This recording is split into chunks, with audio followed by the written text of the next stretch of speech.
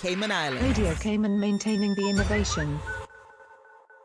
The Buzz is proudly sponsored by Cayman Insurance Center, specializing in property, life, and other lines of insurance products and services. And Kirk Market, experience a world of choice. And Automotive Art Cayman, your car, our passion. And by Dorman Day, celebrating 10 years of opening doors to brighter futures. Visit dormanday.ky. And now, Radio Cayman presents The Buzz, an insightful and fresh take on a variety of issues that impact the local environment. This is where we address the topics that matter. Here's your host, Kathy Miller.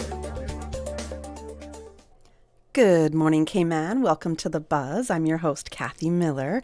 It is Thursday, December 4th, and this day is otherwise known as my mom's birthday. So I'd like everybody out there to help wish my mother a very, very happy birthday. She's a very hard-working lady. She's a beautiful woman, very intelligent, very kind, and I'm very proud she's my mom. So big happy birthday to my mom out there. You know, I don't really do birthday wishes so much on The Buzz, but I can't forget my mom, right? Now, it has been a long time since I have had an open line segment, and especially the entire show. I think the last time we did that might have been around election time.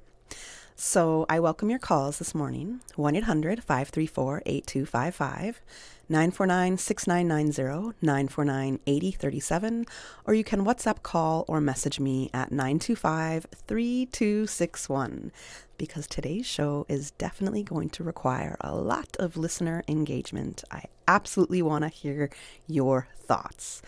Because for this show, we're going to be talking about the 2026-2027 Cayman Islands government budget that was passed in Parliament on Friday, November 21st, following a 5-day Finance Committee deliberation. I will be breaking down the budget on this show and hopefully hearing from the listeners on what your reaction and thoughts are to the budget, especially concerning the new or revised revenue measures introduced by the Ministry of Finance and Economic Development. I did receive confirmation that Minister for Finance and Economic Development, the Honourable Rolston Anglin, will be joining me on The Buzz this coming Tuesday to further explain the budget, clarify any misunderstandings, answer your questions, and help us understand as to how they came to some of their decisions. So definitely stay tuned if you are not familiar with how government finance and public spend has been approved over the next 2 years. And if you are familiar, I would still love to hear your thoughts on the budget. Some people may think that the budget doesn't really apply to them, or they just don't care to know, or they might not really understand it and how it impacts their day-to-day lives. Some people have a bit of a surface understanding, and that was definitely me. But for today's show and other shows, I've had to dig a little deeper to understand how the budget works. But no matter what, the budget matters. It matters to all of us, every single one of us, and especially as some of the new revenue measures being introduced that are going to be impacting the average to low income earner. And I've heard a lot of people out there say, well, that doesn't really affect me, these certain fees, because I'm Caymanian, so it doesn't affect me. That is the blindest statement you could possibly make in regards to the budget that was passed, because a lot of the measures being taken, if you are a business owner, if you indulge in any businesses and services in Cayman, you will be affected by this budget. So we're going to begin with a little reminder on what the budget is and why it should matter to you, and a summary of the budget process, and then I'll talk about the appropriation bill and the detailed plan and estimates for the next 2 years. So for everybody that might have been like me and not understood what the plan and estimates were, that's the actual detailed budget plan. It's just called the plan and estimates. I'm also going to add in, for communication purposes, I really think that name should be changed on the website, because nobody looks for plan and estimates. They look for keywords like 2026, 2027 budget. So that is how the layman would look for it, and I am one of the laymen. So that is my suggestion on how that should be presented online. But again, this is new to me, so learning a little bit of everything here today. Don't forget, give me your calls. Share your thoughts, your ideas, any reflections that you have about the budget. 1-800-534-8255, 949-6990, 949-8037, or you can WhatsApp call or text me at 925-3261. Now the budget, why is it important? And what exactly is it? Well, the budget affects your daily life more than almost anything else the government does. It influences the quality of your life, the cost of living, the quality of your child's school and education system, your access to healthcare, and we've been hearing a lot of grievances when it comes to healthcare, how safe your neighborhood feels, how long you sit in traffic, and how quickly roads are repaired, what social support is available, how expensive immigration and company fees are, and so on. So bottom line, the budget matters to everybody living in the Cayman Islands. The Cayman Islands government's budget is a full financial plan for the next 2 years. It lays out how much the country expects to earn, how much it plans to spend, and where that money will go. From schools, healthcare and roads, to policing, social programs, housing, tourism, and environmental protection. It also tells us where government is expecting to get the money from through fees, duties, licenses, and new revenue measures. I think we got a call coming in. Dun, dun, dun. Thank you, caller. We're going to get to you in a second. All right. The budget also tells us where government is expecting to get the money from, as just mentioned, which is through fees, duties, licenses, and new revenue measures, and whether the country will be running a surplus, a deficit, or taking on new borrowing. So the budget process. In getting the 2026-2027 budget approved, the process began with the November 6th presentation of the Appropriation 2026-2027 Bill 2025. That is the actual name of it. And the budget address by the Minister for Finance and Economic Development, the Honourable Ralston Anglin. Between the 13th to 19th of November, the Finance Committee met, where ministers and official members explained their budgets. There was a detailed line-by-line examination of each appropriation, and all MPs had a chance to question each line item. On November 21st was the third reading, which is like a final debate and voting stage, and that was when the passing of the budget happened. There were 11 votes in favor, 4 opposition members abstained from voting, and 4 members were absent. How are you going to be absent? But anyways, the next steps include the governor giving assent, which just means signing the bill to turn it into law. That was something I had to learn. What exactly is assent? So that just means signing the bill that was passed in Parliament to turn it into law. Then the budget must be gazetted by December 31st, or government has no legal authority to spend from the 1st of January. Then there was the appropriation bill. This was also something that was pretty new to me, or this term. And again, it's because I had a bit of a surface level knowledge, and I haven't dug deeper into understanding what the budget is. So that's what we're trying to do here today. So the appropriation bill, as mentioned, the first step in the budget process was the introduction of the Appropriation 2026-2027 Bill 2025. An Appropriation Act is the law that gives government legal permission to spend public money laid out in the plan and estimates. And again, the plan and estimates is the detailed budget plan. The appropriation bill legally authorizes every ministry and department to use the funds in the budget. This is required by the Constitution and the Public Management and Finance Act. And in each government financial cycle, a new appropriation bill is introduced, a yearly or biennial bill, of which Cayman has adopted the biennial framework since 2018-2019. So this is one bill that covers the 2 financial years for government.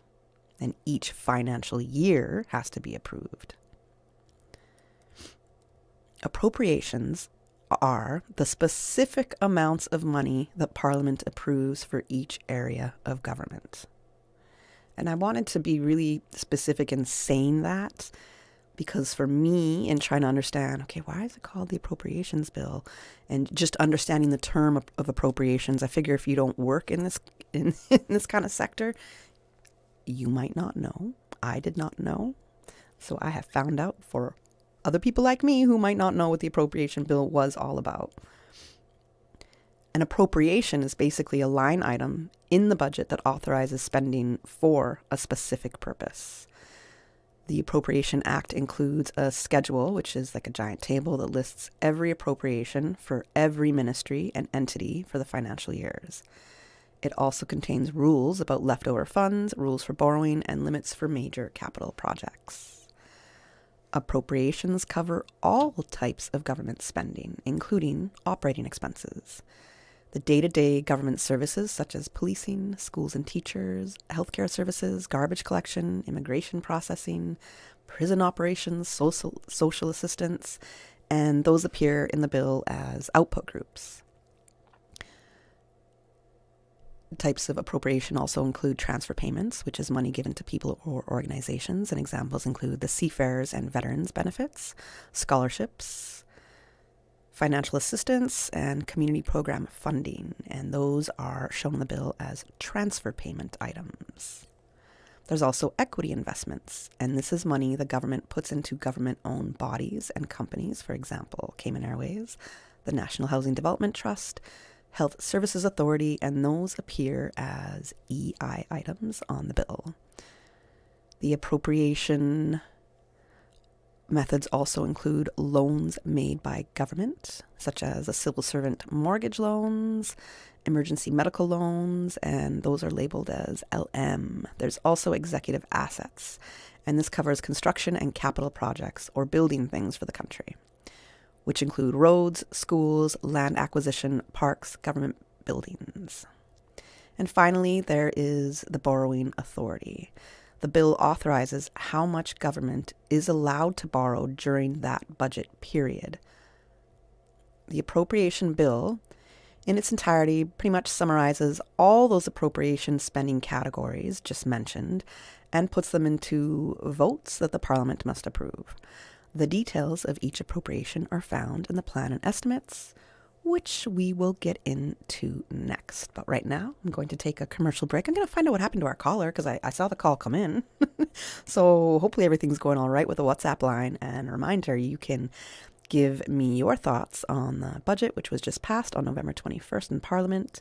The numbers to call are 1-800-534-8255, 949 8037, 949-6990, or you can WhatsApp call or WhatsApp text me at 925-3261. And we'll go to a commercial break. When we get back, we'll start talking about the plans and estimates. The Cayman Islands boasts of a long, colorful, and rich history. In tribute to our roots, Radio Cayman, the voice of the Cayman Islands, is pleased to bring you the Historical Vignette Series, brought to you by Rotary Central. For more than 110 years, Rotary members have used their passion, energy, and intelligence to take action on sustainable projects. The Cayman Islands, He hath founded it upon the seas. The Bay Islands of the northern shores of Honduras, including Utila, Rotan, and Guanaja or Panaca, along with the islets of Elaine, Barbarat, and Murat, saw a rather rapid and dramatic settlement of Caymanians following emancipation in the Cayman Islands. By 1858, when the full census of the Bay Islands was taken, the population was 1,548, just shy of the population of the Cayman Islands. Of the 1,548 permanent settlers, nearly 40% or 600 were born in the Cayman Islands, with another 300 born in the Bay Islands to Caymanian parents. In total, 60% of the Bay Islands population was in effect of Caymanian birth or roots. Color and class was the prominent social hierarchy, more so than the Cayman Islands, with 319 whites to 1,229 non-whites. Information from this historical vignette was sourced from Founded Upon the Seas, a history of the Cayman Islands and their people People by Michael Creighton and the New History Committee. Radio Cayman's Historical Vignettes was brought to you by Rotary Central. For more than 110 years, Rotary members have used their passion, energy, and intelligence to take action on sustainable projects. Since 1993, Rotary Central has worked diligently each year to provide quality bus shelters to our community. A traveling convenience to our school children, the elderly, young people going to work, guest workers, and visitors using the public bus. We, Rotary Central, help you, our advertisers, make it happen. Your marketing dollar travels a far way, positioning your message, your product, your services, your presence in over 83 bus shelters. Every dollar you spend, every advert you place helps to build another bus shelter, providing modest comfort for Cayman travelers. Reserve space now on the only billboard medium in the Cayman Islands. Email rotaryshelters@gmail.com. rotaryshelters@gmail.com. The Bus Shelters, a partner in community convenience. Another inspiration program by Rotary Central Cayman Islands. Parents, if you're navigating the world of boarding schools, it can feel overwhelming. Dorm and Day are here to help. You don't have to do it alone. Whether your child is reaching for new academic challenges, looking to shine as a competitive athlete, or simply searching for the school that brings out their best, Dorm and Day are your trusted educational experts located right here in Georgetown. For 10 years, Dorm and Day have helped families just like yours to find the best fit schools with one-on-one support every step of the way. So why stress when you can have an experienced partner by your side? Visit dormandday.ky or call 936-3676 today. Dorm and Day, celebrating 10 years of opening doors to brighter futures.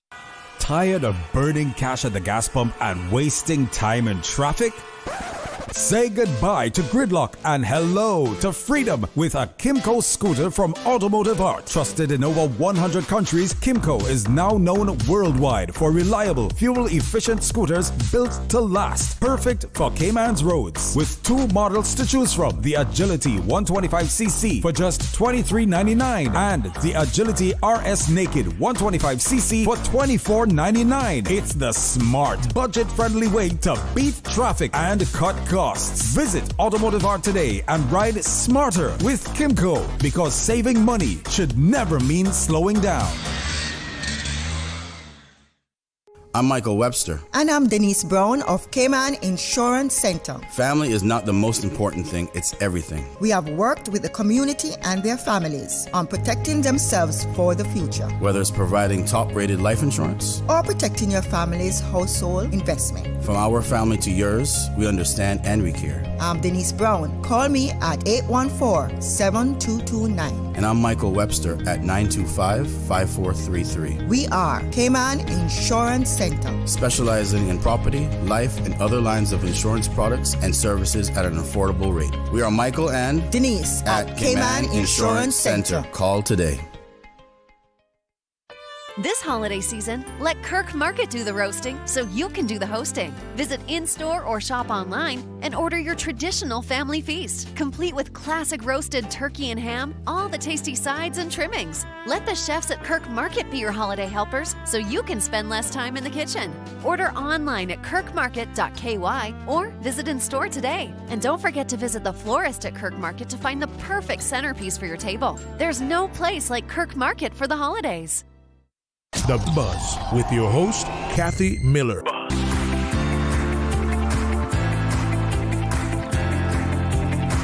All right, welcome back to The Buzz. I'm your host, Kathy Miller, and I am giving a bit of a budget breakdown. If you are just joining us, the whole show this morning is all about the budget, which was just passed in Parliament on November 21st. And I know I was giving out our WhatsApp number, and it seems to be that we can get your WhatsApp text right now, but we cannot get your WhatsApp call right now. So you can text me at 925-3261, but if you want to call and speak to me, which I would love to hear the voices and hear your thoughts, you can do so at the other numbers we have, 1-800-534-8255, 949-6990, or 949-8033. 37. I did get a WhatsApp, but I'm not sure it is something that is meant for this topic. So I'll review it during the break and possibly share it with you guys a little later. Right before the break, I was speaking about what exactly the budget is, why it's important for all of us to know, because it's absolutely going to be impacting every single person living in the Cayman Islands. We used to think it just kind of hit like the larger firms, companies, maybe, that kind of a scenario, but this budget is going to be impacting everybody from your average to very high income earners to very low income earners. They will be impacted.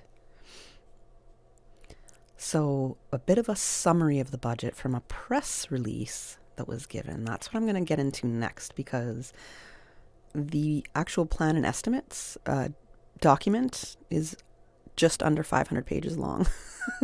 So that would be a really long summary. So I can give you some points in summary from this. And really, the budget does cover government's policy outcomes for 2026 and 2027. The forecast revenues, expenses, assets, liabilities, and cash flows are there for those 2 financial years. The appropriations requested for ministries, portfolios, and offices are there.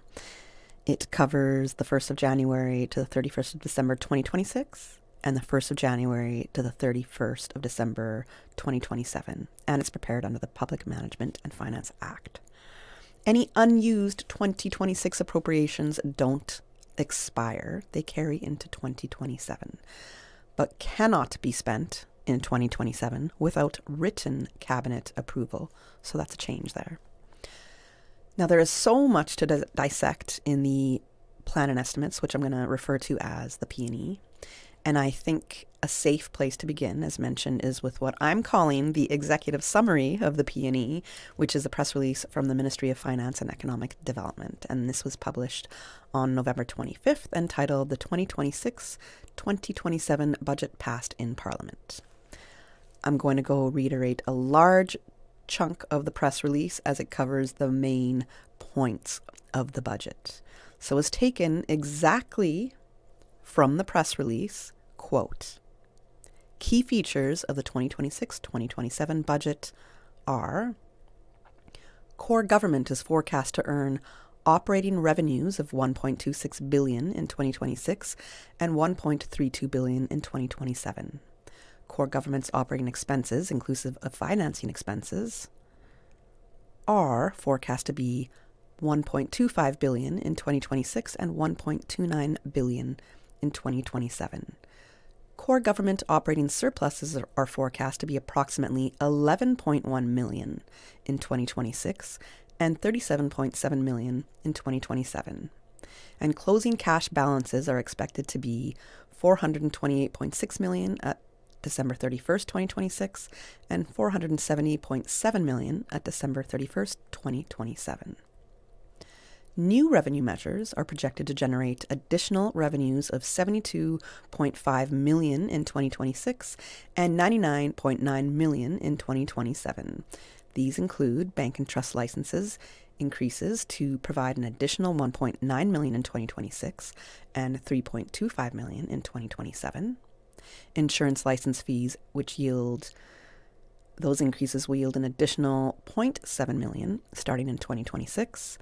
And exempt companies under the Trade and Business License Act, their fee increases to generate an additional $1.17 million in 2026 and 2027. Annual operational license fees for accounting firms, those increases will provide an additional $3.48 million in 2026 and 2027. Special Economic Zone trade certificate fees increase to yield an additional $0.3 million in 2026 and 2027. Fund annual returning filing fees increase to generate an additional $11.1 million in 2026 and 2027.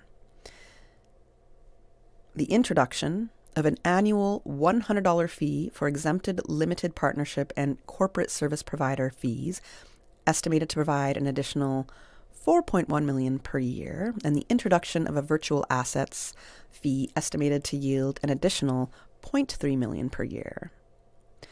There's also increases to registration and annual company fees, estimated to generate an additional 20.3 million commencing in 2027. The additional new revenue measures relate to the legal profession, are estimated to yield an additional 10.2 million in 2026 and 6.3 million in 2027. Fees to be increased in this category include practicing certificate fees, the one-time admission fee for non-Caymanian attorneys, law firm operational license fees, court fees, and court website recovery fees. There are several new measures related to immigration, which are estimated to yield an additional 15.4 million in 2026 and 17.1 million in 2027, coming from the following sources: increased work permit related fees, increased permanent residency and Caymanian status fees, increased fees for residency certificates, and other immigration administrative fees, including business visitor permit fees. The introduction of an annual work permit fee for work permit holders, and an increased special economic zone fee. So just to deviate slightly from the press release, the introduction of an annual work permit fee for work permit holders, because it's not like there's not, I can't say half because I don't know the actual data on it, because do we actually track how many employees are the ones that are actually paying for their work permit fees? Because you know that is an age-old thing that has been happening. You have a lot of employers that force employees to pay for their work permit fees or disguise it as something else, and these employees are paying for their work permit fees. But now these employees also get to have what is called an introduction of an annual work permit fee. Amazing.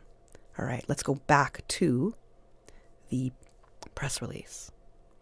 So as it relates to immigration, there will be special economic zone fee increases, and now additional new revenue measures related to stamp duty on land transfers are estimated to yield an additional 11.7 million in 2026 and 11.2 million in 2027. These increases are expected from the stamp duty rate on the sale of property of 2 million and above, increasing to 10%. New revenue measures related to local companies control licensing fees for realtors and developers are estimated to yield an additional 260,000 in 2026 and 2027. And woo, that is one of the hot topics right there. Oh, that's me deviating from the press release. Let me go right back to the press release. Quote, new revenue measures related to liquor license fees are estimated to yield an additional 1.6 million in 2026. Traders' licenses will increase to yield an additional 1.1 million in 2026 and 2027. Finally, motor vehicle drivers' licenses, motor vehicle charges, and private and rental vehicle licenses for non-Caymanians will be increased to yield an additional 9.6 million in 2026 and 2027. These measures include the following: increased driver license fees for heavy equipment and special vehicles for non-Caymanians. Increased driver license fees for motor cars and trucks up to 3 tons for non-Caymanians. Increased driver license fees for motorcycles both under and over 125cc. Increased driver license fees for trucks over 3 tons and buses up to 25 passengers. And increased vehicle license fees for non-Caymanian owned private vehicles, and increased vehicle license fees for rental vehicles, and increased vehicle license fees for trucks and trailers. Again, this applies to all non-Caymanians. If you are calling us via WhatsApp, which somebody is right now, we can only take your WhatsApp messages at the moment. So please send us a message if you are calling in, or you can call on one of the regular numbers.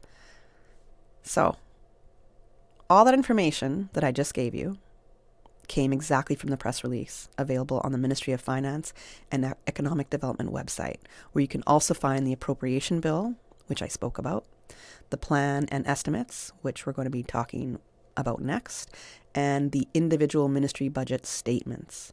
I'll get into the fee increase details on some of those new revenue measures after the break, because right now we got to go to the 8 a.m. news. Thank you, Kathy. And studio time now by Foster's is 8:01. Fill your cart and win! It's the 30K Jolly Grocery Giveaway at Foster's. This Christmas, we're spreading some holly jolly cheer by filling one lucky shopper's cart with $10,000 worth of groceries. Just purchase any 2 specially marked products from now until December 24th for a chance to win your share of $30,000 worth of groceries. Go to fosters.ky/jolly for more info. Thanks to Coca-Cola, Monster Energy, Fiji, Corona Cero, the best dressed chicken. Have a holly jolly Christmas at Foster's.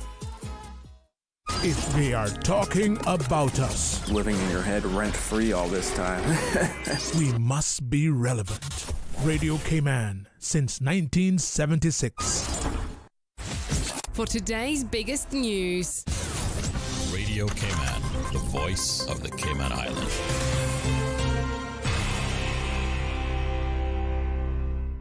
With your latest news, I'm Karsley Fuller. As government works to contain a potential bird flu outbreak, the regiment is getting involved to help with precautionary sanitization operations in West Bay. There have been 8 confirmed cases of H5N1 avian flu virus at a farm on Cemetery Road in West Bay.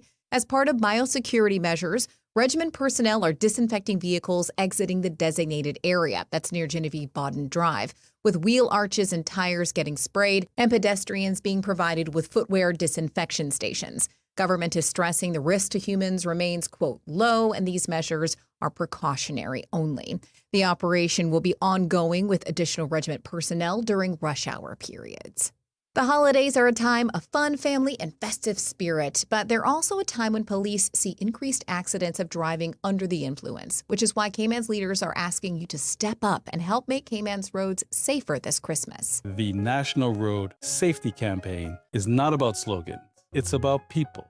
It's about protecting families and friends whose lives can change forever in a single moment. Premier the Honorable Andre Ebanks and Her Excellency the Governor Jane Owen are asking you to help achieve a life-affirming goal: 0 road fatalities. And while the government has a central role to play, strengthening enforcement and improving public transport, lasting progress absolutely depends on all of us. Whether we're driving, walking, or cycling, every one of us shares responsibility for our choices and for each other's safety.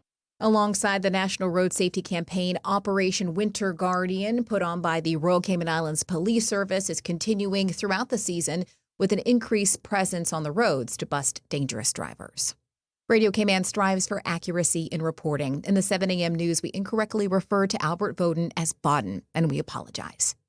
In other news, Stop, this is a block in the heights. I hang my flag upon this place.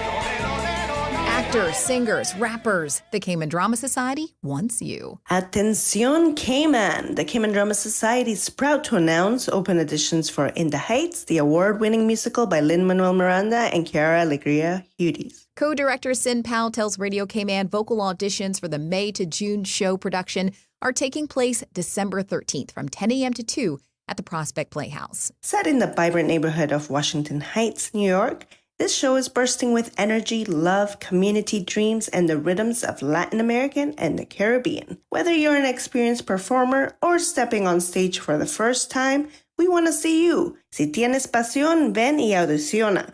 In honor of the author's intention and to, quote, maintain the authenticity of the story, the directors are primarily seeking cast members of Latino, Latina descent and heritage. What can the community expect? A high-energy, heartfelt musical filled with salsa, hip-hop, powerful vocals, and big emotional moments. A celebration of heritage, hope, and home. For the audition packet, you can head to cds.ky. And there are still a few tickets left for tonight's Vivaldi, the Four Seasons, presented by K-Musica.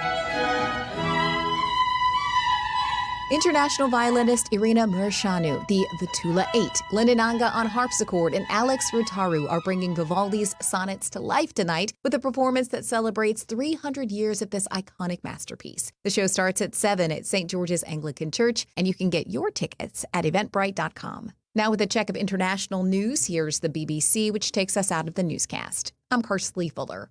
BBC News with Govinda Gill. President Putin has insisted Russia will take control of eastern Ukraine's Donbass region.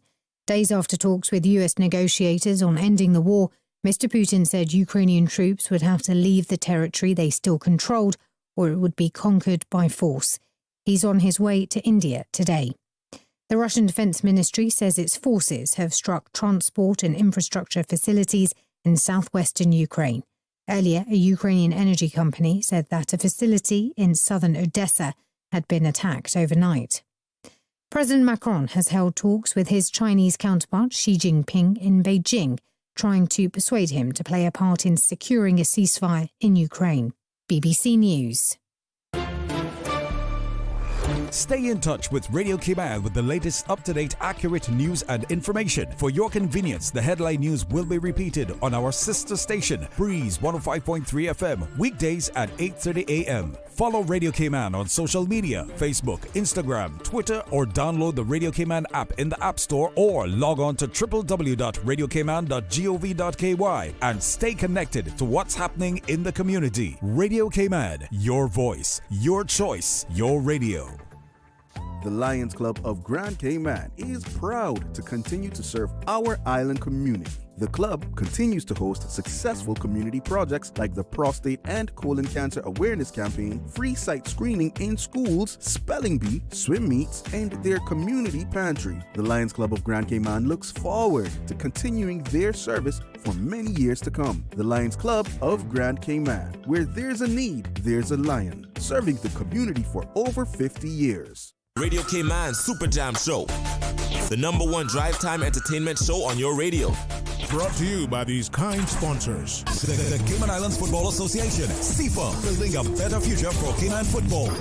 Cayman Insurance Center. Don't take chances with your family's future or your valuable assets. Call me today, Michael Webster, at 925-5433. UWI Open Campus, on-site, online, and on demand. Visit open.uwi.edu. Call them today at 946-8322. Super Jam. Also brought to you by Cayman Airways. Call them at 949-2311 to book your non-stop flights to Los Angeles and Panama. And Coca-Cola. Available across the Cayman Islands from Tortuga wholesalers. Accept no substitutes. Taste the feeling with Coca-Cola. The #1 drive time entertainment show on your radio. The 8 a.m. weather update brought to you by CG Britcade, where people come first. Good morning. Let's take a look at the latest weather report. Current temperature is 81 degrees. Relative humidity is 81%. The barometric pressure is 30.00 inches and rising. The wind is east at 8 knots. Overnight low temperature was 79 degrees. Synopsis indicate moderate easterly winds and seas are expected across the Cayman area for the next 24 hours in association with a high-pressure system over the southeast United States. An increased chance of clouds and showers are expected from late tonight as a weak surface trough moves over the northwest Caribbean. Now the forecast for today, calling for partly cloudy skies with a 30% chance of afternoon showers, and temperatures will rise to the mid to upper 80s with a heat index near 94 degrees Fahrenheit. Your winds will be east to northeast at 10 to 15 knots, seas moderate with wave heights of 3 to 5 feet. Forecast for tonight, calling for partly cloudy skies with a 40% chance of late night showers, and temperatures falling near the mid to upper 70s tonight. Winds will be east to northeast at 10 to 15 knots, and seas will be moderate with wave heights of 2 to 4 feet. Today's high tide will occur this morning at 9:29, low tide this afternoon at 3:33, and a high tide again tonight at 8:32. The sun will set this evening at 5:45 and will rise tomorrow morning at 6:46. And the outlook is calling for a decrease in cloudiness and showers, along with light easterly winds and slight seas from tomorrow afternoon as the surface trough moves west over the western Caribbean. And that's the very latest on your weather report.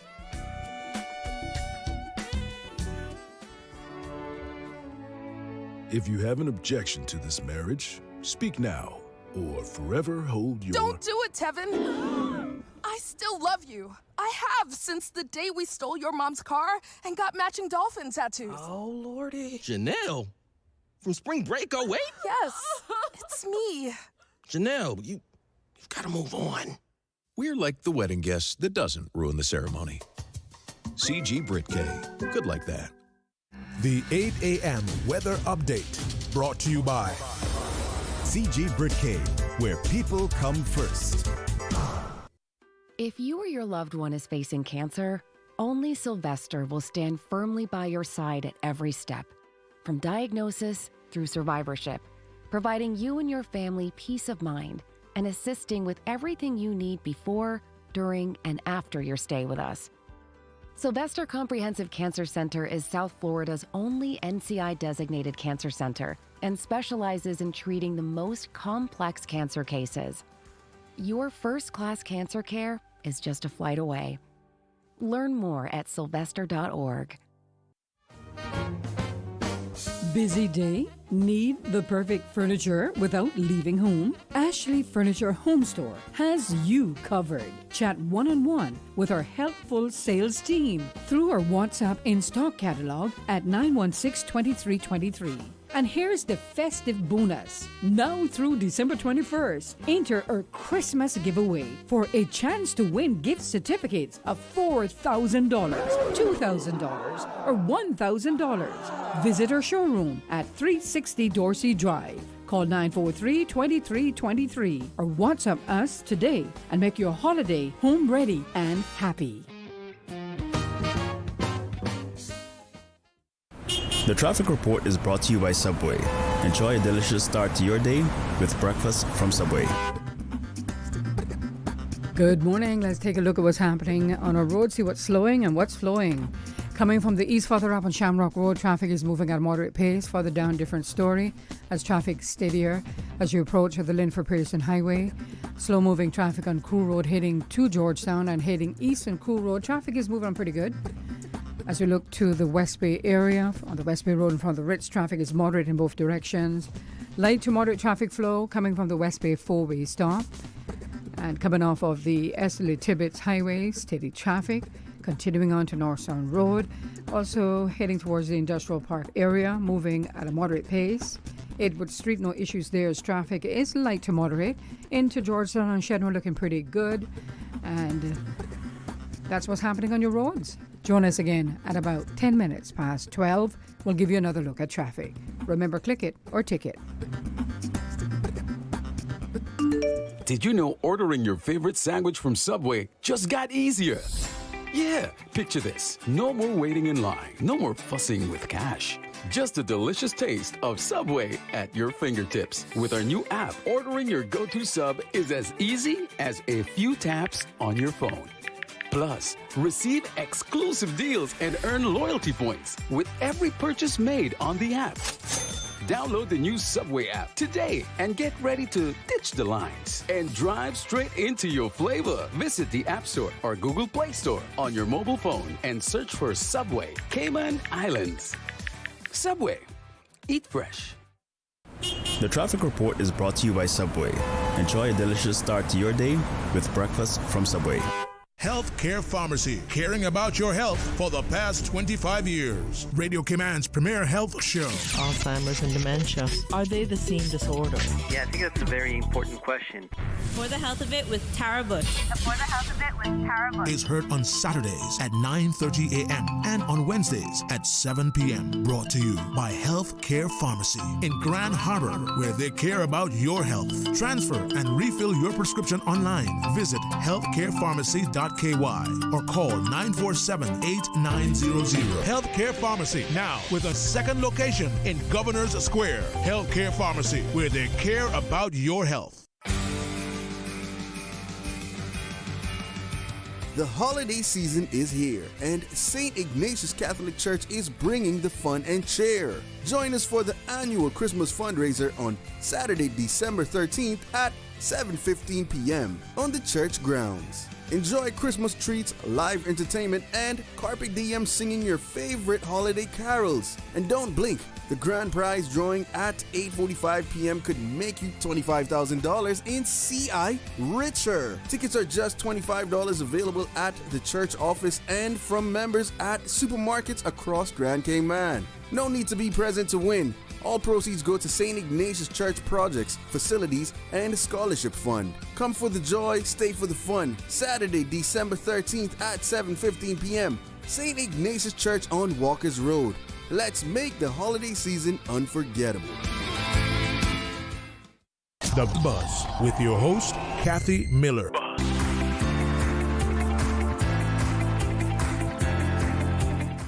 Welcome back to The Buzz. I'm your host, Kathy Miller, and we are breaking down the budget, which was just passed in Parliament on November 21st. And this is the budget for 2026-2027. Before the 8 a.m. news, I was giving what I call the executive summary from a press release that was published by the Ministry of Finance and Economic Development. It was published on November 25th, entitled The 2026-2027 Budget Passed in Parliament. In that press release, or executive summary as I've dubbed it, I had given out a list of the primary new revenue measures and the fee increases that go with them. Not all the increases, just a bit of an idea.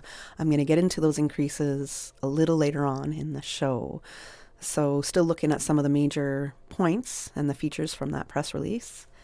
When it comes to government borrowing, so I spoke about the new revenue measures. Now when it comes to the government borrowing, there's projected to be up to $236 million in new borrowing over the 2-year period. And it was explicitly stated that this borrowing is only for capital projects and not for operating costs. The debt to GDP ratio covers 8.5%, which Minister Anglin calls, quote, an enviable metric compared to many other countries. The capital investments into ministries, portfolios, and offices reach approximately $111.3 million in 2026 and $97.9 million in 2027. Those key capital projects cover education, $21.4 million in 2026 and $19.4 million in 2027 for a new high school on Cayman Brac, which we know about because that was a very interesting point over the past couple years that was debated upon. There's also the expansion at the Sir John A. Cumber Primary and the Joanna Clark Primary Schools. As mentioned, the key capital projects cover roads as well, $14.1 million in 2026 and $13.4 million in 2027. And other infrastructure and development, which there's going to be $15 million allotted to that in 2026 and $15.8 million in 2027. Land for agriculture and conservation, $1.6 million each year is budgeted for that. Plus capital into statutory authorities and government companies. So Cayman Airways would get $10.5 million in 2026 and $8.5 million in 2027. And the National Housing Development Trust, $8 million in 2026, $7 million in 2027 for affordable homes. The Cayman Turtle Conservation and Education Center, $5 million in 2026 and $4 million in 2027 for operating losses. In summary, those are some of the big ticket budget items covering the main new revenue measures which mentioned and the spend or investment over the next 2 years. So my question to all our listeners out there, are we dangerously close to an operating deficit? I'm going to explain why. But are we dangerously close to an operating deficit? I want to hear from you. The numbers to call are 1-800-534-8255, 949-6990, 949-8037, or you can WhatsApp text only at this time until we hopefully fix the lines within the segment. You can WhatsApp text 925-3261 and I will read your thoughts. So are we dangerously close to an operating deficit? That is my question. And as I said, I'm going to explain. So consider the figures I began with in the executive summary press release. So the projected operating revenue of $1.26 billion in 2026 and $1.32 billion in 2027. The operating expenses at $1.25 billion in 2026 and $1.29 billion in 2027. Our operating revenue and expenses figures are dangerously close. The operating surplus is projected at $11.1 million in 2026 and $37.7 million in 2027. So I'm asking the question again. Are we dangerously close to an operating deficit? Think about it and call me with your thoughts. An operating surplus of $11.1 million on revenues of $1.26 billion is very small, tiny. So let's put this into perspective. Cayman government spends $1.25 billion a year. A surplus of $11 million is less than 1% of that. A 1% drop in revenue or any small unplanned cost, because boy, we know how Murphy's Law works, that could wipe out the surplus completely. So before I move on, here I pose the question again. Are we dangerously close to operating in a deficit? Call or WhatsApp your thoughts. 1-800-534-8255, 949-6990-949-8037, or text your thoughts to 925-3261. Now I'm going to go into the plan and estimates, aka the detailed budget for 2026-2027. So as much as the time will allow for today, we're going to be talking about this. And this is where we have a detailed look at the fee increases and the new revenue measures being proposed. It is a 454-page document, and it's available at gov.ky/web/mfed/publications. Again, that's gov.ky/web/mfed/publications. Now, in saying that and providing you the link, I absolutely did not read 454 pages. Come on, guys. I don't have the time for that. I would love to have the time for that. But I have looked at some of the appropriations in greater detail, like the driver and vehicle licensing and work permit fees, the fee changes to the accounting and law firms, and the immigration fees, because the immigration fees, the changes to the driver and licensing fees, those are likely to impact every single one of us, and Caymanians especially. A reminder that this is the NCFC government's first budget being proposed and passed, as this government formed at the beginning of May this year. And in his parliamentary budget address on November 6th, the Premier, the Honourable Andre Ebanks, described the budget as being, quote, founded in the financial prudence and principled vision, primarily to benefit the Caymanian community at home and abroad. This is what our people have called for in their government. The Premier also stated the budget was prepared in accordance to the 7 broad outcomes as defined in the strategic policy statement that was also passed closer to mid-end of October this year. And the 7 broad outcomes address the priority issues that the country faces.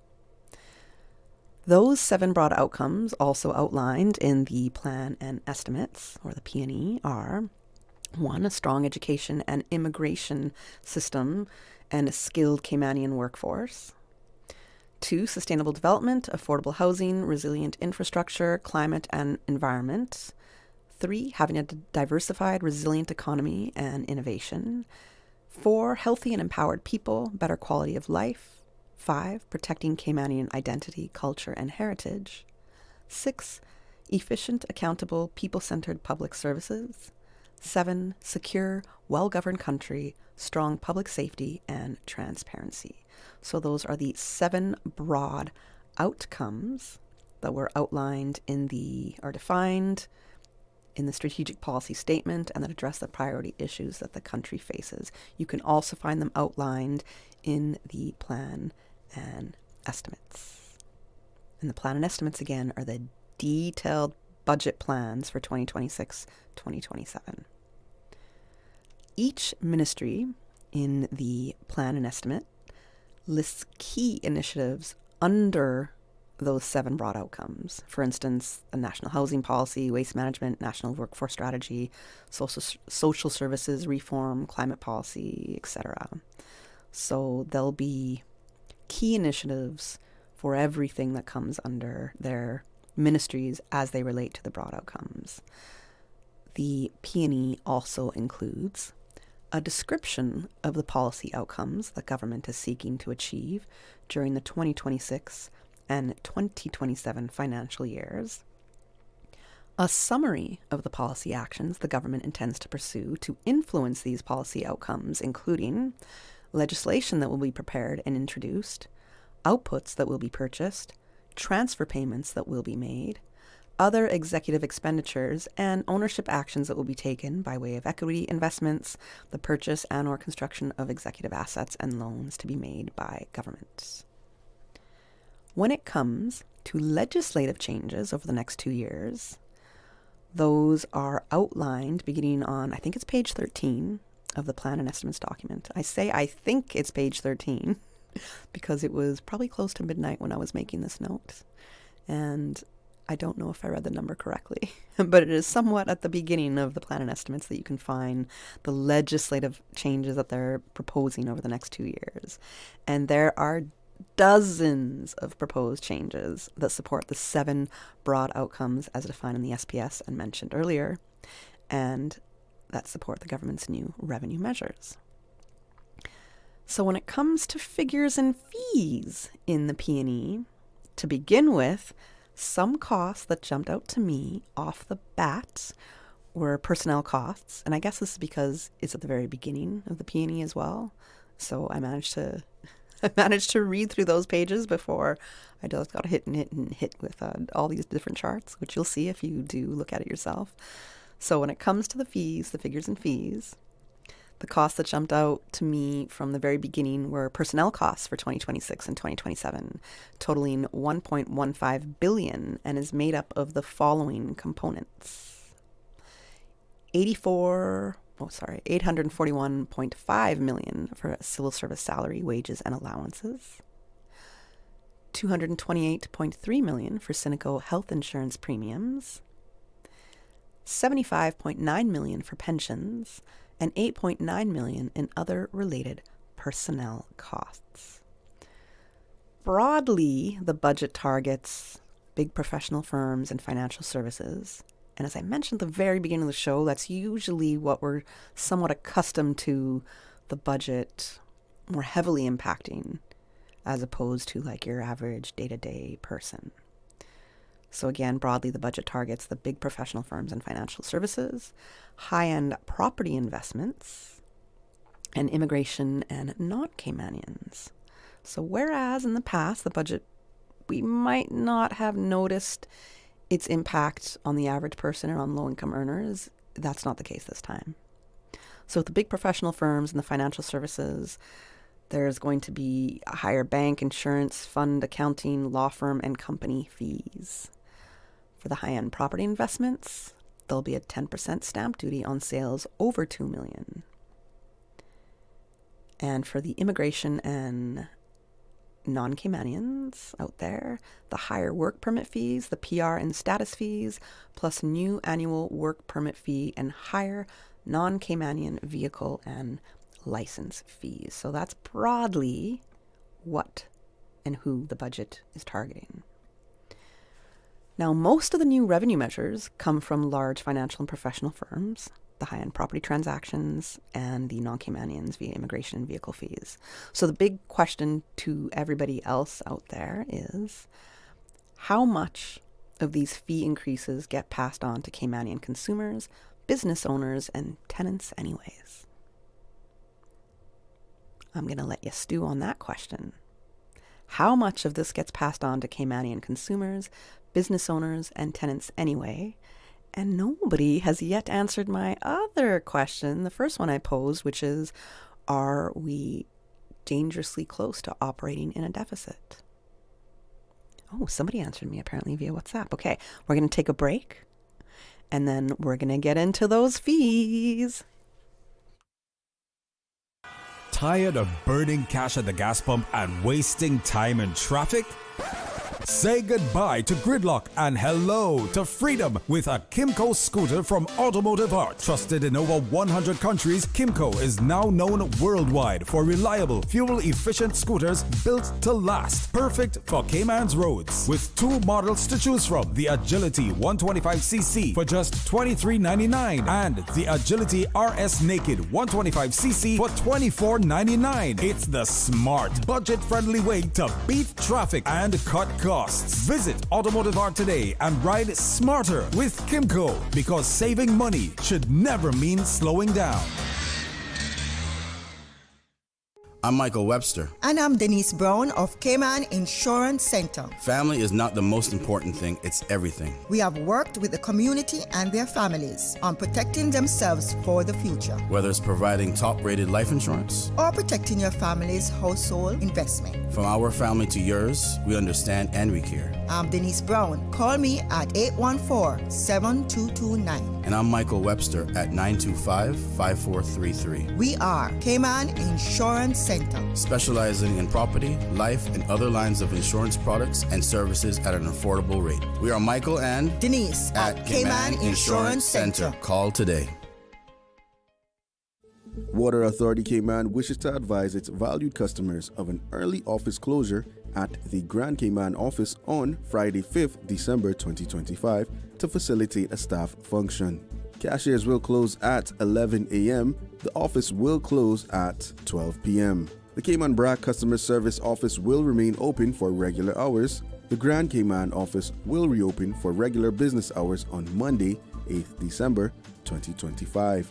The authority apologizes for any inconvenience this may cause and appreciates the public's understanding. This holiday season, let Kirk Market do the roasting so you can do the hosting. Visit in-store or shop online and order your traditional family feast, complete with classic roasted turkey and ham, all the tasty sides and trimmings. Let the chefs at Kirk Market be your holiday helpers so you can spend less time in the kitchen. Order online at kirkmarket.ky or visit in-store today. And don't forget to visit the florist at Kirk Market to find the perfect centerpiece for your table. There's no place like Kirk Market for the holidays.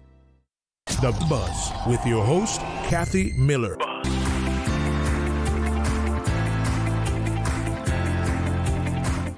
Good morning and welcome back to The Buzz. I'm your host, Kathy Miller, and in this show, we are talking all about the budget, breaking down the budget a little bit.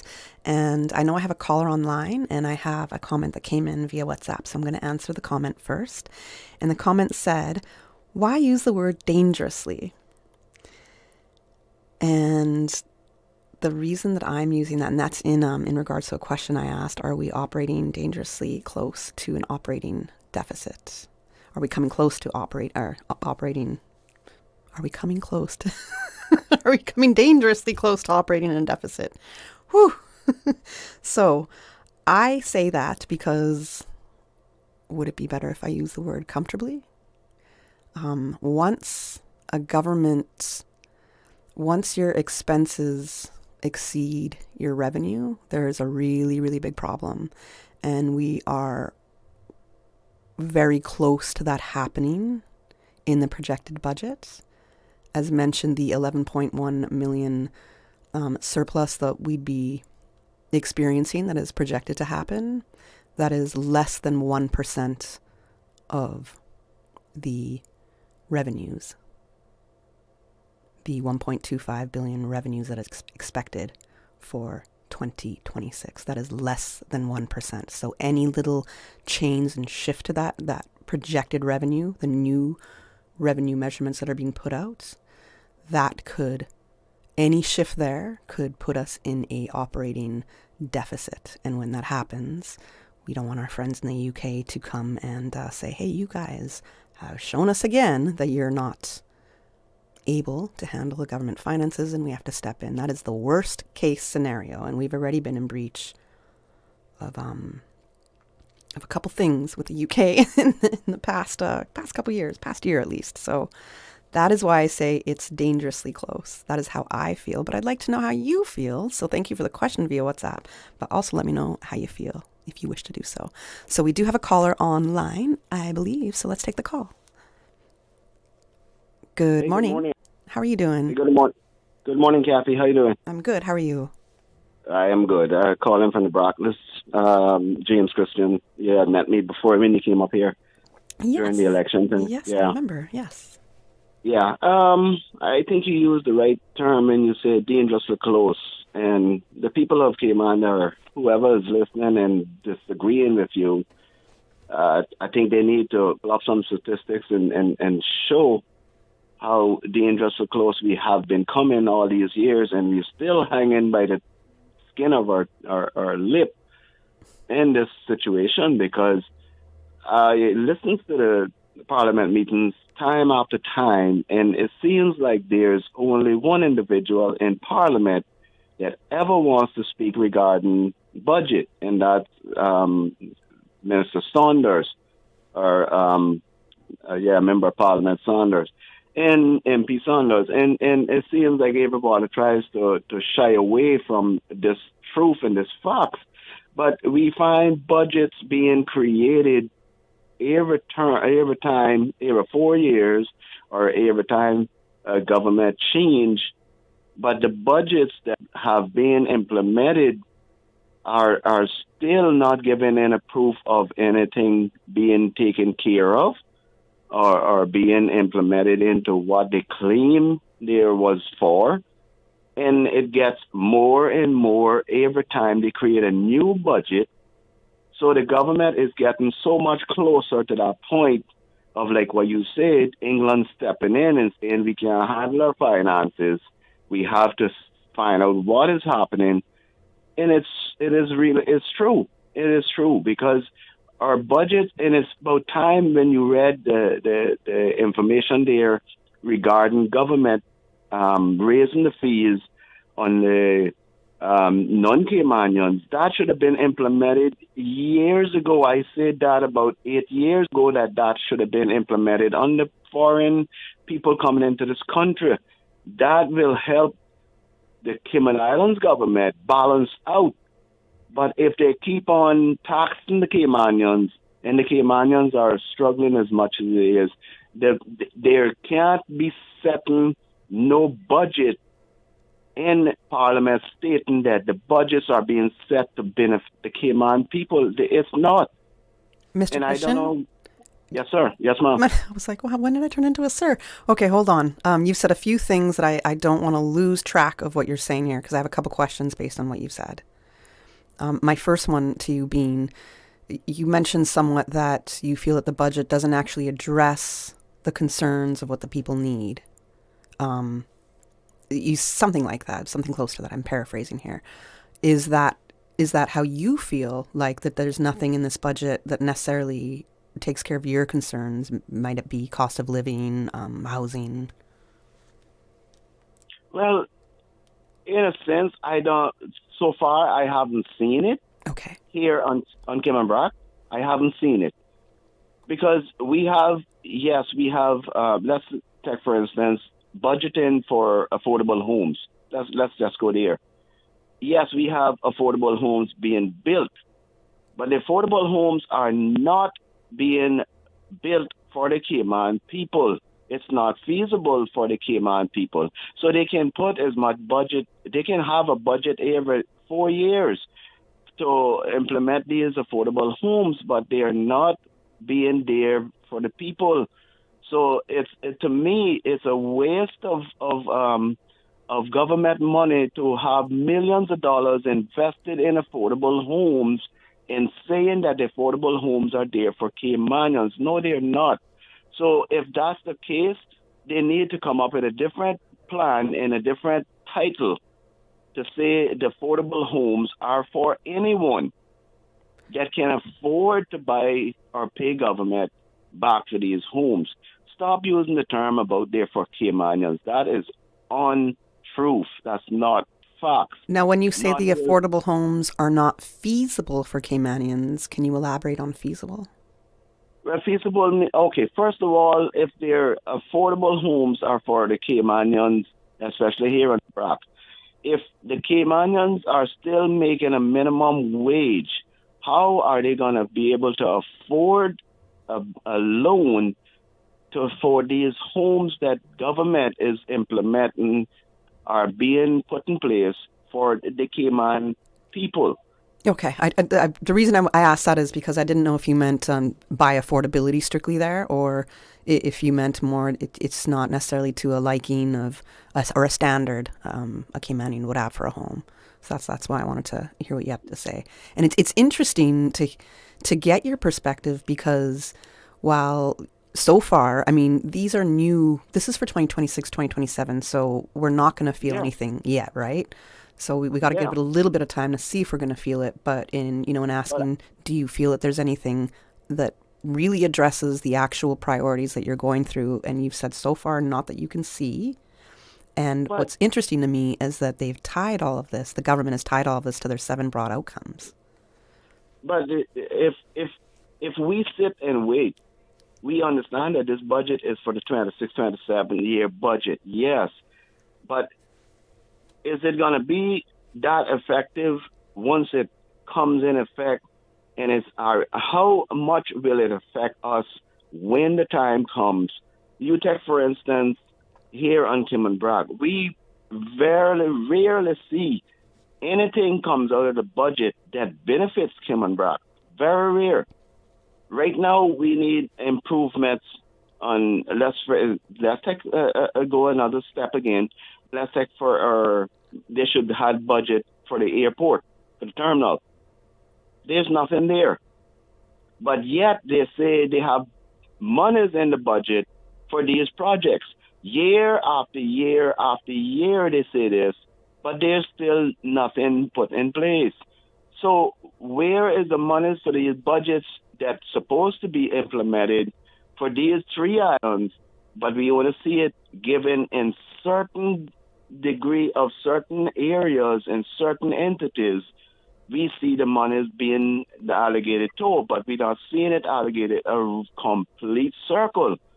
So where is the monies every year they come up with these budgets, but you don't see the results of these budgets? That's what I'm trying to say. Yeah, where is the results of these budgets? Yeah, I understand.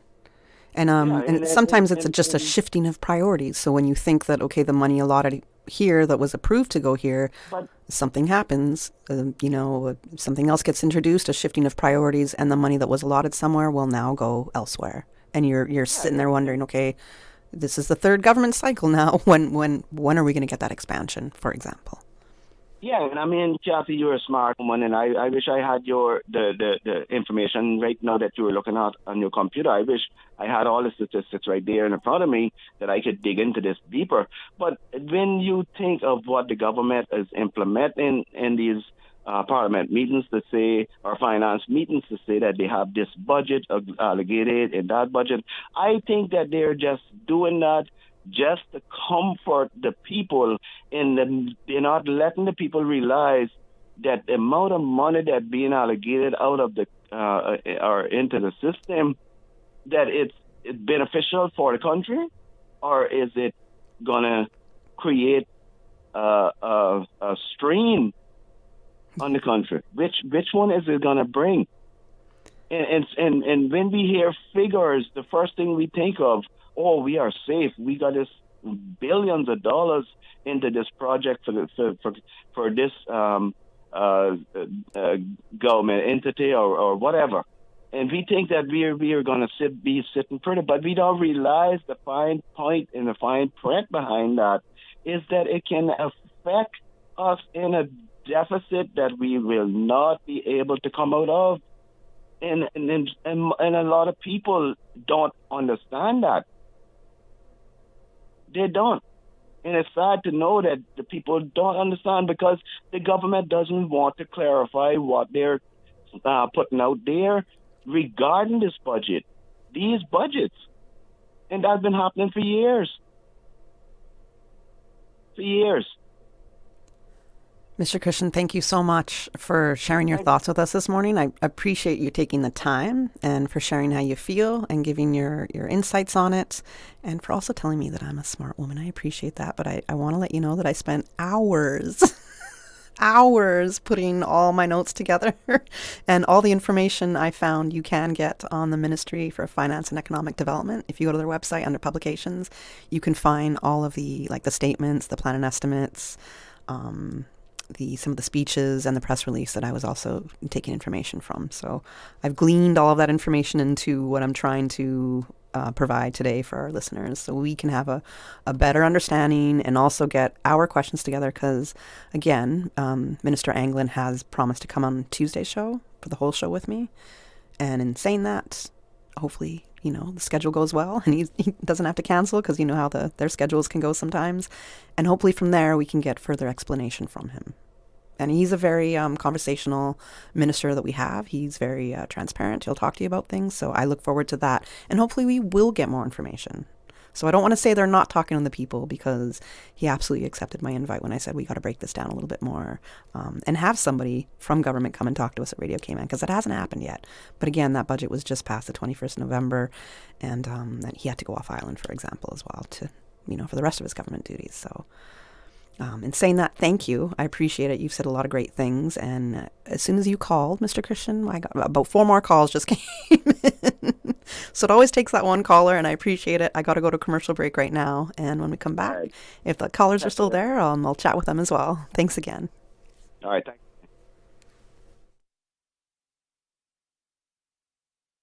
This holiday season, let Kirk Market do the roasting so you can do the hosting. Visit in-store or shop online and order your traditional family feast, complete with classic roasted turkey and ham, all the tasty sides and trimmings. Let the chefs at Kirk Market be your holiday helpers so you can spend less time in the kitchen.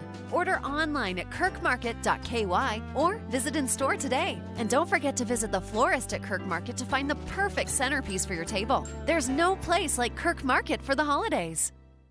Parents, if you're navigating the world of boarding schools, it can feel overwhelming. Dorm and Day are here to help. You don't have to do it alone. Whether your child is reaching for new academic challenges, looking to shine as a competitive athlete, or simply searching for the school that brings out their best, Dorm and Day are your trusted educational experts located right here in Georgetown. For 10 years, Dorm and Day have helped families just like yours to find the best fit schools with one-on-one support every step of the way. So why stress when you can have an experienced partner by your side? Visit dormandday.ky or call 936-3676 today. Dorm and Day, celebrating 10 years of opening doors to brighter futures. The Super American Circus is back in Grand Cayman, December 5th to 7th at the Lions Center Christmas Village. Experience jaw-dropping aerial ballet, thrilling high-wire acts, acrobats, a BMX stunt team, comedy, clowns, and non-stop holiday magic. It's 45 minutes of fun and excitement for all ages, supporting acts of random kindness and one-to-one charities.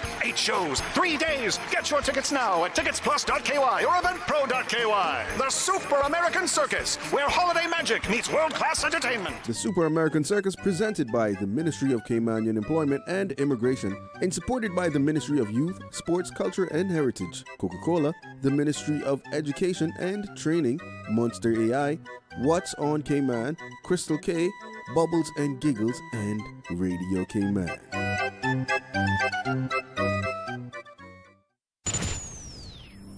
Radio Cayman News. Emergency response efforts underway after bird flu is found in West Bay. By working together and remaining vigilant, we can contain this effectively. Please make sure you are practicing basic hygiene. Radio Cayman.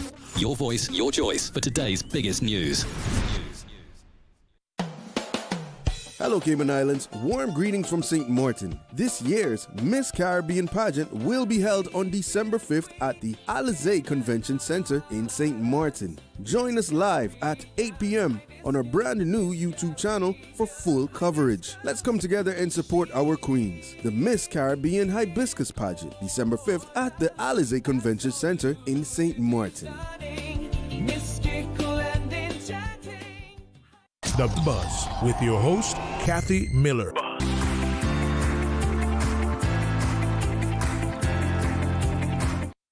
Good morning. Welcome back to The Buzz. I'm your host, Kathy Miller. And guess what? Our WhatsApp line to call is back up and running. So you can WhatsApp call and text us at 925-3261. thank you to our engineering team here at Radio Cayman for flying in and taking care of that this morning. I appreciate you. And I also appreciate our last caller, which is Mr. James Christian from the BRAC. You know what they say about BRACers, right? BRACers are like the think tank of the Cayman Islands. Apparently, this is what I've been told, and I had a boss that was from the BRAC for a long time, so I'm going to have to go with that train of thought no matter what.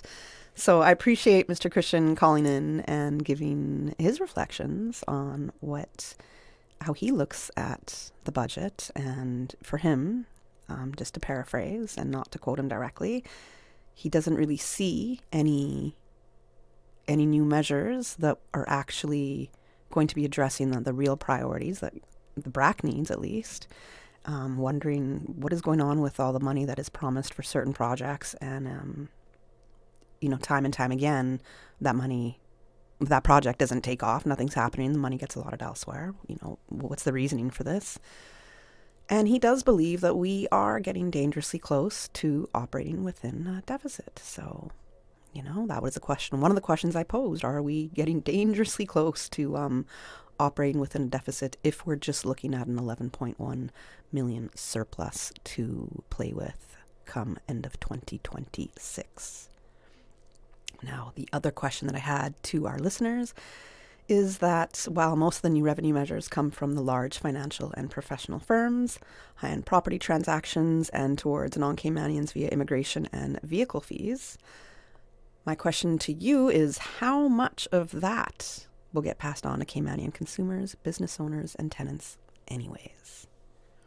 Because what I have been hearing from a lot of the business owners, small to medium-sized business owners, they are extremely frustrated about how much more overhead this will mean for their companies and how it will impact their bottom line as well. So, going back to really getting into the fees, which can be found in the plan and estimates, which is the detailed budget document. So, when it comes to accounting firms, there's tiered license fee increases. And these are fees based on the number of accountants within a firm. So the accounting firms will now pay significantly more for annual operational licenses based on their size, and smaller firms face mild increases while large firms see the biggest jumps and in some cases tripling their previous license fees. So the breakdown here: 6 to 10 accountants, the old fee used to be 20 grand.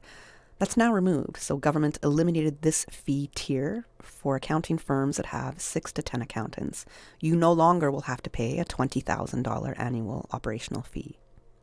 11 to 15 accountants, your fee went from $40,000 to $50,000, an increase of 10. For 16 to 20 accountants, $60,000 to $75,000. Old fee was $60,000, new fee is $75,000. 61 to 70 accountants, from $200,000 to $500,000. That is a 2.5 time increase.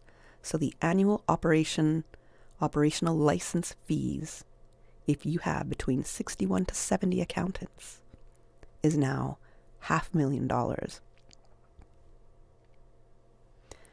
For 71 to 80 accountants, we have old fee of $400,000. Now it is $600,000. 81 to 90 accountants, we have $400,000 of the old fee, and that will be increasing to $700,000. That is a $300,000 increase.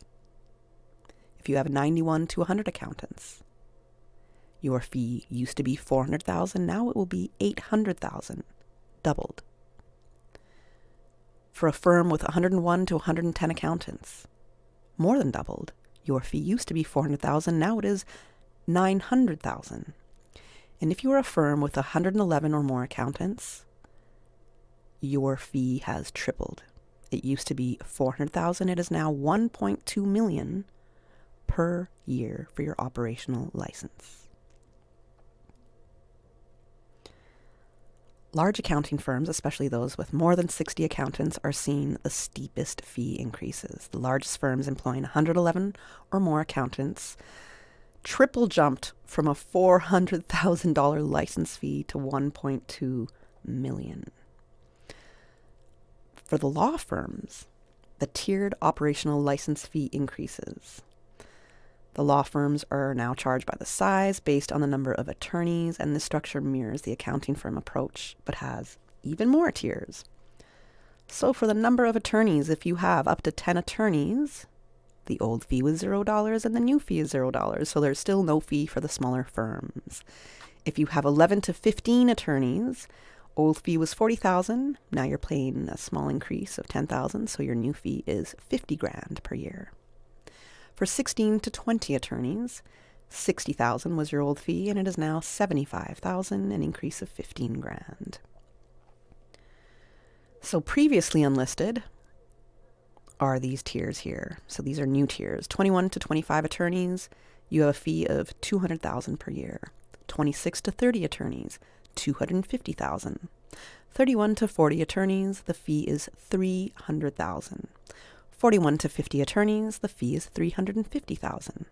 51 to 60 attorneys, $400,000. Those are all new tiers. For 61 to 70 attorneys, the old fee used to be $400,000. It is now $500,000, which is a $100K increase. For 71 to 80 attorneys, the old fee used to be $400,000. It is now $600,000, a $200K increase. 81 to 90 attorneys, $400,000 used to be your old fee, and now you're paying $700,000, a $300K increase. For 91 to 100 attorneys, $400,000 used to be your old fee, and now it is doubled to $800,000. 101 to 110 attorneys, you used to pay $400,000. Now you're going to be paying $900,000, a $500K increase. What is so interesting to me is you can have 91 to 100 attorneys and your new fee is $800,000. If you might have just one more over that 100, you're going to have to pay an extra $100,000. 111 attorneys, $400,000 used to be your old fee, and the new fee has tripled to $1.2 million. Now, for the accounting firms, the biggest increases hit the large firms with over 60 accountants, as mentioned, and the top tiers jumped from $400,000 to $1.2 million in fee increases. The smaller firms under 10 practitioners now pay nothing. For the law firms, the small Caymanian practices, 1 to 10 attorneys, they remain unaffected. The mid-size firms now fall into the new fee tiers ranging from $200K to $400K, and the large international firms face the sharpest increases up to $1.2 million, which is triple the old fee. What would be interesting to me is actually having a list of all of these different law firms to see, okay, let's say, for example, let's say there's 50 of them, and there's 10 that employ less than 10 attorneys, 3 that employ more than 111, I don't know, 25 that employ, mid-size, anywhere from 30 to 70 attorneys. It would be interesting to see of how many exact firms there are like that and what the exact numbers could be for this. Because, imagine going from paying a $400,000 license fee per year to now having to pay $1.2 million. Your license fee has tripled. So where is that going to cost? Where's that cost now going to go? And that's usually going to be somewhat in their services. It's going to be covered, which makes me then also think, are our service rates for our jurisdiction still going to be widely competitive and attractive for companies that choose to do their business in the Cayman Islands and register their companies in the Cayman Islands? Is this going to be attractive for them? Or does it make other jurisdictions like Bermuda, which has done a pretty amazing job of being our great competitor, is it going to attract businesses to other jurisdictions? I do understand that consultations were held with major industries to say, hey, these are the increases we're thinking about. What do y'all think? And these were somewhat agreed decisions, somewhat agreed increases. So I wasn't in those rooms. I'm not privy to those conversations. I don't know who was all a part of that.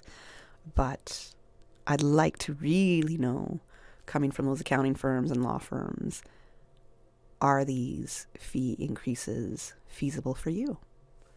We're going to go to the 9 a.m. headline news right now. And when I come back, I'm going to get into a breakdown of the fee changes as they concern work permits. From Radio Cayman's newsroom, this is Headlines. Local, regional, international news. The headline news is brought to you by Kirk Market and Health Services Authority. You're invited to a poetry reading and discussion tonight, Fencing for Beginners with Leonard Dilbert. The event starts at 6:30 p.m. at the National Gallery's Sculpture Garden. To RSVP, email program@nationalgallery.org.ky. In international news, the poisoning of Dawn Sturgis by a Russian nerve agent in Salisbury in 2018 was, quote, unsurvivable from a very early stage, according to a recently released inquiry. Vladimir Putin was, quote, morally responsible for the 44-year-old's death, alongside everyone involved in the assassination attempt on Russian double agent Sergei Skripal. Moscow has always denied involvement. Sturgis, a mother of 3, died after spraying herself with Novichok left in a discarded perfume bottle. The report says the attack may have been avoided if the agent had been given a new identity, but it adds it was reasonable to assess at the time he was not at high risk of assassination. Skripal and his daughter Yulia spent weeks in hospital after the poisoning, and both are believed to have made a full recovery. And U.S. Special Envoy Steve Witkoff will meet the head of Ukraine's National Security Council for talks in Miami today. Witkoff spent almost 5 hours with Russian President Vladimir Putin in Moscow on Tuesday in negotiations which the Kremlin said produced, quote, no compromise on ending the war. U.S. President Donald Trump said the talks were, quote, reasonably good, but it was too soon to say what would happen as it, quote, does take two to tango. Those are your headlines. I'm Karsley Fuller. Radio Cayman. More news available at www.radiocayman.gov.ky. Check out our social media pages: Facebook, YouTube, X, formerly Twitter, Radio Cayman Headline News.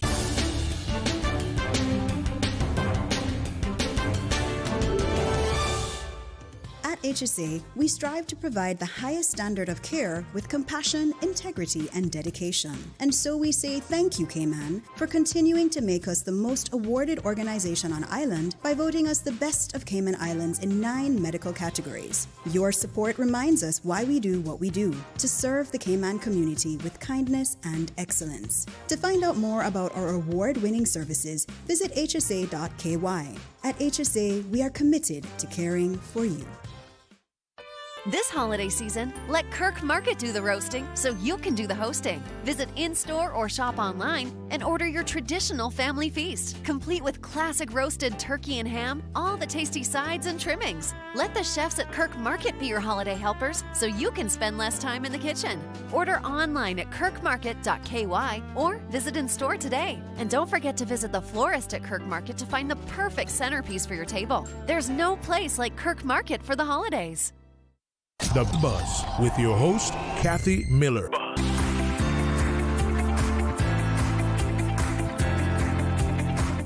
Welcome back to The Buzz. I'm your host, Kathy Miller, and we're on the last half-hour stretch of the show this morning. If you're just tuning in with me, all morning I've been talking about the budget, giving a bit of a breakdown, explaining why you should be concerned about the budget, exactly what the budget is, what is in it, what the appropriation bill was all about, and the plan and estimates, which is the detailed version of the budget. And it gives very detailed line-by-line appropriations, which are basically like allowances, in towards what each ministry will be spending money on or buying or investing in. So the plan and estimates document is just under 500 pages. I think I said 454. It's somewhere in my notes here. So it's a really large document. And It can be a little hard to digest per se, but it is also broken down per ministry that you can see what each ministry is doing with their budget. I had spoken about the fees just now, gave you all the fee tiers for the accounting firms and the law firms, and now we're going to give a breakdown of fee changes as it relates to work permits, because this also affects business owners. So not just non-Caymanians or those of us on work permits, but also very much your business owners. So work permit fees are seeing some of the biggest increases in the entire budget. I mean, I don't think it's going to get bigger than the the triple licensing fees that we've seen for the law and accounting firms, but still. So the administrative, temporary, and amendment fees are jumping sharply, some by 150 to 400%. And new annual fees are being added. Let me know what you think, because we only have about 25 minutes left in the show. I did get a couple calls, a couple WhatsApps came in as well, but I'd still like to hear what you think about the budget. Do you like it? Do you not like it? Do you think we're operating? Is there anything in there that you like? Do you think we will be operating soon within a deficit? Do you think that the items outlined in the budget actually address the primary concerns for Caymanians? I'd love to hear from you. The numbers to call, 1-800-534-8255, 949-6990, 949-8037, or you can WhatsApp call or WhatsApp text me at 925-3261. But yes, our WhatsApp calling function is up and running again, so you can choose to do that way if you try, because I know I had a whole bunch of calls coming in earlier from that. Love to hear from you still. So, going to the work permit fees. I just mentioned the administrative, temporary, and amendment fees are jumping sharply, some by 150 to 400%, and new annual fees are being added. So for the administrative and amendment fees for new permits, continuations, dependents, the work permit administration fee used to be $100. It will now be moving to $500, which is a 400% increase. Other admin or amendment fees, there was various fees there, and those fees will range anywhere from 150 to a 400% increase. But I think the big one there to note is your administration fee is now going to be $500. Temporary work permits. Increases depend on income band, which is interesting. So for the old fee ranges there, the old fee has ranges there, and the new fee ranges will be anywhere from 150% increase to a 200% increase for temporary work permits. For new annual work permit fees, this is a brand new category, new annual work permit fees. The new annual fee will be $100 to $300 based on the main permit fee. And the new express permit annual fee will be between $100 to $300. I feel like that's wrong, and I feel like that needs to be more if it's an express annual fee. Because why would it be the same as just the new annual fee? You know what I mean? Express. You want it quicker, you pay more, right? Anyway. So the estimated revenue, maybe I just have the numbers wrong, but the estimated revenue from the new annual work permit fees are to be about $1.5 million per year. Permanent residency, the PR, and the Caymanian status fees. So for the PR dependent fee, the old fee used to be $500, the new fee is now $750. The annual PR declaration filing used to be $100, it will now be $500. The right to be Caymanian via marriage, old fee was $1,000, and now it will be $3,000. The right to be Caymanian through naturalization, the old fee was $1,000, and the new fee is $5,000. The governor in cabinet grant, status grants, old fee was $1,000 and the new fee is $5,000. For residency certificates of high net worth individuals, these are some of the largest immigration fees. Residency certificate for persons of independent means, the old fee was $20,000, now it'll be $50,000. For permanent residence for persons of independent means, the old fee was $100,000. That is now doubled to $200,000. And direct investment certification application fee, the old fee was $20,000. It is now going to be $50,000. For other immigration increases, you have document copies, duplicates, reentry permits. The old fees there, they vary. And the new fees, when it comes to document copies, duplicates, reentry permits, new fees will increase anywhere from 100% to 150%. So it'll either be doubled and possibly more. For business visitor permits, the old fee varies. There was variations there, but the new fees will be increasing by 250% to 600%. So these are very large increases when it comes to the business visitor permits. Immigration fees are rising almost across the board, with the sharpest increases on work permit admin fees and residency certificates for wealthy applicants. Work permit holders will now pay an annual fee for the first time. What are your thoughts on this? I'm going to share you my thought, not Radio Cayman's thought, but my thought on work permit holders now having to pay an annual fee for the first time.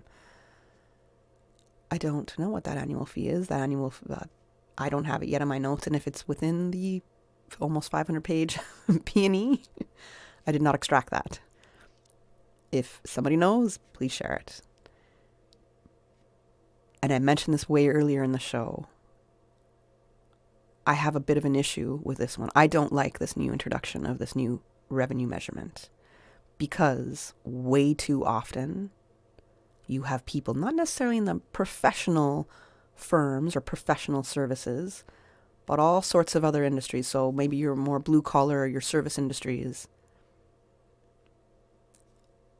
So many of these employees are paying for their own work permits. The way that they get recruited to come here can be interesting, and not everybody plays by the same rule book, and not the correct rule book either, per se. So you have a lot of employers who are not truthful about what their responsibilities are in bringing an employee over to the Cayman Islands, transitioning them here, taking care of them here, and what their responsibilities are by law in employing them. Many employers expect employees to pay for their work permit fees, and these employees, they don't know any better that they're not supposed to be paying for their own work permit fees. This happens all the time. Or the employer pays for it, but they say, hey, you got to pay us back. It's coming out of your pay. Stuff like this happens all the time, more than we know. But now we're going to be asking employees to pay a new work permit fee, an annual fee. So when I look at the abuse of so many employees that come here, the abuse and the abuse of power from so many of the employers, it doesn't sit well with me, the introduction of that fee. I'm going to go into the vehicle and driver licensing fees, which have hit a big sore point for a lot of people, including me, because I'm like, why are we being divisive? This is one that I absolutely don't like. Why are we being divisive? And then we're increasing fees for non-Caymanians, but there's no kind of point deduction system on your license when it comes to, I don't know, let's say drinking and driving, or perhaps even leaving the scene of a crime. So it's interesting that we're going to introduce this kind of a revenue measure. It's interesting that this law is being introduced or revised when there's so many other abuses that come to driving and vehicle licensing that can be dealt with, that are, the abuses are happening by everybody, not just non-Caymanians. So why can't everybody be penalized per se? And maybe that will give a bigger change to society in general if we're penalizing people and making them pay higher fees on their license if they have, however X many amount of convicted drunk driving incidences or leaving the scene of a crime or whatever it might be in your car. I think looking at something like that is a little bit more serious and more of a societal change and not as much of a divisive change that's being introduced. But anyways, I'll get into those fees right after, and I'd love to hear from you on that.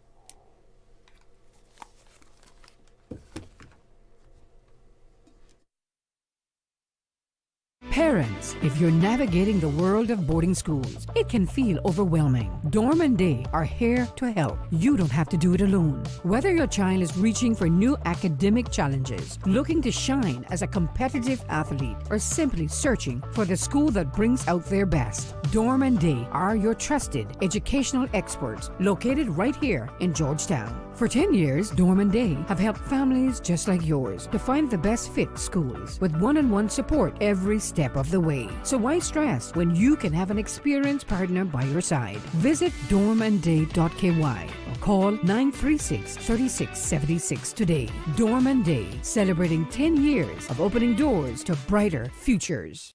Tired of burning cash at the gas pump and wasting time in traffic?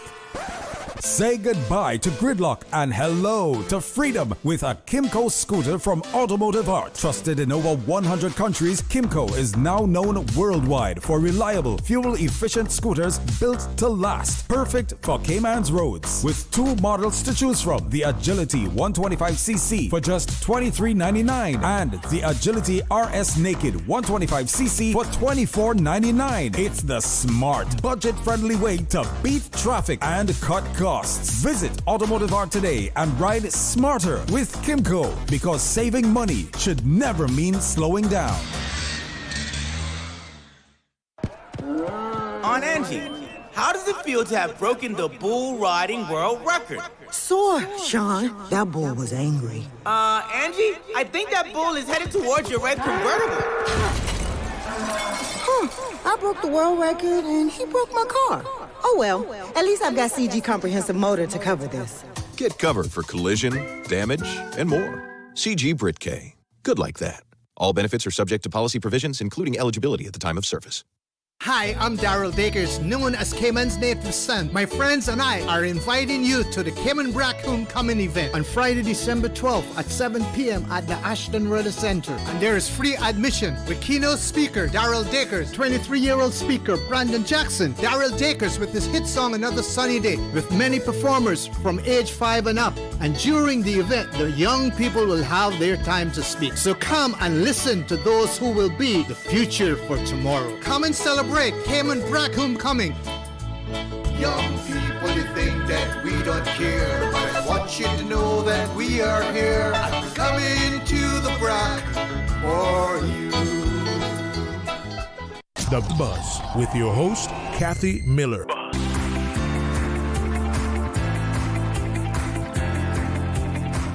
All right, we are getting into the last, I'm going to say 13 minutes of the show, and this is your last chance to let me know what your thoughts are about the budget. Is there anything in there that you do like, things that you don't like? Do you think the budget addresses the priorities facing Caymanians right now? Any other changes you want to see for the budget? Give me a call. The numbers to call are 1-800-534-8255, 949-6990, 949-8037, or you can WhatsApp call or WhatsApp text us at 925-3261. And I'm getting into the final little bit of it. So right now I'm going to be covering the vehicle and driver licensing fees. So this is all for non-Caymanians only. So non-Caymanian drivers and vehicle owners will face steep increases in licensing fees, especially for driving licenses, which in some cases are increasing by 300 to 600%. So for driver license fees for heavy equipment and special vehicles, the license term for a 3-year fee was $120. It will now be $750.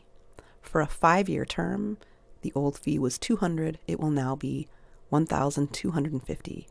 For a 10-year term, the old fee was $400. The new fee will now be $2,500. And I think we got a WhatsApp caller coming in, so hopefully everything's good. We'll take your call in just a second. Oh, I think I skipped over. Nope, I lost my place. All right, but going back to the fees. So those were the fees I gave for the heavy equipment and special vehicles. And again, all the driver and vehicle license fees apply to non-Caymanians. So for driver's license for motor cars and light trucks, the license term for 3 year, the old fee was $75. It will now be $600. The license term for 5 years used to be $125. It will now be $1,000. Driver's license for a 10-year term used to be $250. It will now be $2,000. That is, in my opinion, my personal opinion, absolutely insane. It is insane that the driver's licenses are going to increase at least 500% in the smallest category, the smallest, the 3-year term. So it's interesting that we want to make driver's licenses more expensive to attain, but we don't want to penalize those that break the law when it comes to driving. So whether you're speeding, whether you're drinking and driving, whether you had an accident, whether you've left the scene of a crime, I think anything like that, you should see some points going on your license of increases that you're going to have to pay because you are violating the law and you are causing havoc on our roads and keeping the roads more dangerous per se. It's also interesting to me that it's like the pot calling the kettle black. It's interesting to me that lawmakers don't want to look at that as things that we need to penalize. But we're just going to look at if somebody's non-Caymanian and they need to, now pay a $600 license fee. They could have been a very, very clean driver, zero marks on their driving record, but you're going to have to pay a $500 plus increase on your driving fee. But I'm just going to say it. You could be somebody that, because this only applies to non-Caymanians, right? These increase in fees. You could be a Caymanian or non-Caymanian, and you could, hit somebody drinking, driving. You're not going to get no penalties. You're not going to get no increase in fees there. And that's where I think it should hit you, is when you break the law as it relates to driving or road laws. This is where I think it should affect you within your driver's license fees there, not in a divisional way. And I think it's divisional. I think this will increase the already kind of growing segregation, the divisional divide between Caymanians and expats. So that is what I feel. So driver's license for motorcycles, the 3-year term, the old fee used to be $75 and now it will be $600. The 5-year term used to be $125 and now it will be $1,000. A driver's license for trucks, 3 tons or more, I think it is, or buses. The license term for 3 years, the old fee was $120, now it will be $750. For 5 years was $200, now it will be $1,250. For 10-year term, the old fee was $400 and it will now be $2,500. Vehicle license fees for private cars. Cars up to 2,500 cc, the old fee was $180, the new fee will be $200, so just a $20 increase. Cars over 2,500 cc, the old fee was $200, the new fee will be $225. Vehicle license fees for rental cars up to 2,500 cc, the old fee was $365, the new fee will be $400. For cars over 2,500 cc, the old fee for rentals was $400, it will now be $500, and rental trucks 4,001 to 8,500 pounds, the old fee was $500 and the new fee will be $600. Vehicle license fees for trucks and trailers, for trailers up to 2,000 pounds, the old fee was $50, it will now be $75. For trailers 10,001 to 66,000 pounds, old fee was $420, the new fee is $430, so just $10. For trade plate holders, the old fee was $1,408. The new fee will be $1,600. So those are some of all the fees as outlined for the vehicle and driver license increases and the work permit and immigration fees that I had mentioned. We also talked about the law firm and accounting firm fees, and those are some of the biggest fees that are out there. There's so much more, but really that's all I had time to prepare for. So trust me, it took me all day and all night. I went to bed at 1 a.m. to have it all kind of done and ready and be like, okay, guys, I think I've gotten some of the biggest things out there for people. And, just to say there's fees increasing everywhere, but I gave you what are the most kind of sweeping fees and who's going to be impacted the most here. So that's your people with an immigration status, per se, work permit holders, anybody that drives, anybody that employs people that drive, that is a requirement to drive for their company. And for the law firms and accounting firms, that is broadly who the budget will most kind of severely impact. And there's all sorts of other fees being introduced. So if you want to get more familiar with this, again, go to gov.ky/web, I think it was, /MFED, MFED/publications. And there you can find all the budget statements by the various ministries and see their line items as well. The line items will be more detailed within the plan and estimates, and the plan and estimates is the detailed description of the budget for 2026-2027. And you can also find the press release that the Ministry of Finance and Economic Development put out, I think it was the 25th of November, that to me was more the executive summary of all the kind of major points that the budget addresses. And you can also find the statement by the Minister for Finance and Economic Development, which is the Honorable Ralston Anglin, and he's also the chair of the Finance Committee. And then we have the statement from the Premier, the Honorable Andre Ebanks. You can find all the statements there as everything relates to the budget. And remember, all the legislative changes that are being proposed over the next 2 years, you can also find that within the P&E, or the plan and estimates. That's somewhere at the beginning. I think I said page 13, the legislative changes that are proposed and the details to those changes. It's all outlined there. So we can't say we didn't know it was coming. It is outlined there. And that is what they're hoping to achieve within these next 2 years to help support the 7 broad outcomes as listed in the strategic policy statement, which is also outlined in the plan and estimates.